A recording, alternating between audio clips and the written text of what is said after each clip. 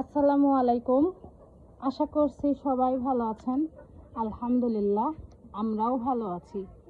আমার বাড়ির আঙিনা খুবই ছোট।